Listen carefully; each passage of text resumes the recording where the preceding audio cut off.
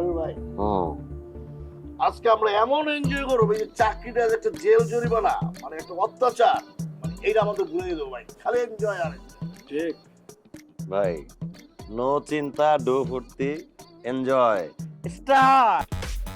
বৌমা, হ্যাঁ মা, তুমি এরকম সেজে গুজে বাইরে কোথায় যাচ্ছ? কোথায় আর যাবো? আমার তো পোড়া কপাল, আপনার ছেলেরে বিয়ে করছি। অফিস ছুটি হয়েছে সেই কখন, এখনো তো আসার কোনো খবরই নাই। এত হাইপার হয়েও না বৌমা, আবার চলে আসবে। কখন আসবে?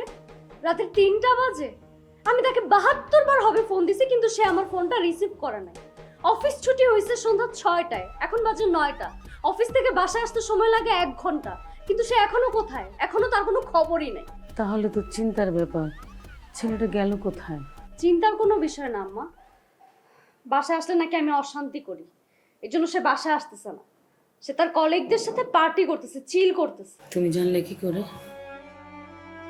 আমাকে তার কলিগ বলছে।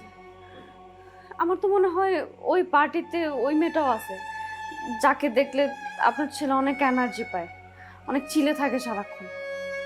বৌমা, আমি আসলে তোমাকে কি বলবো বুঝতে পারছি না। কেন জানি মনে হচ্ছে তোমাদের দুজনের সম্পর্কের মাঝে একটা গ্যাপ সৃষ্টি হচ্ছে। আপনার কোনো কিছু বুঝতে হবে না আম্মা, আপনি আল্লাহকে ডাকেন, ওকে যা বোঝানোর আমি গিয়ে বোঝাচ্ছি। আল্লাহ তুমি রহম করো, আমার ছেলে বউটা যা শুরু করেছে ওদের সম্পর্কটা মনে হয় আর টিকবে না।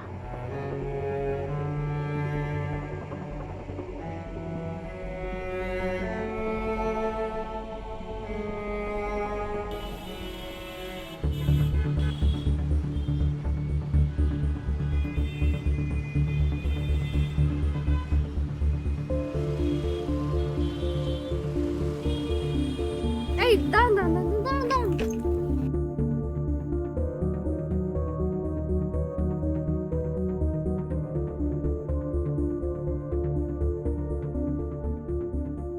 আমির ভাই আজকে আমরা এমন এনজয় করবো যে চাকরিটা একটা জেল জরিমানা মানে একটা অত্যাচার মানে এইটা আমাদের ভুলে দেবো ভাই খালি এনজয় আর ঠিক ভাই নো চিন্তা ডো ফুর্তি এনজয় স্টার্ট।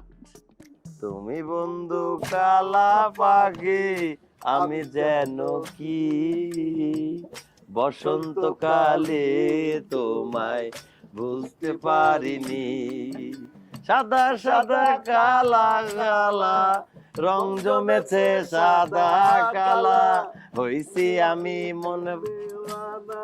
সানিয়া তুমি এখানে?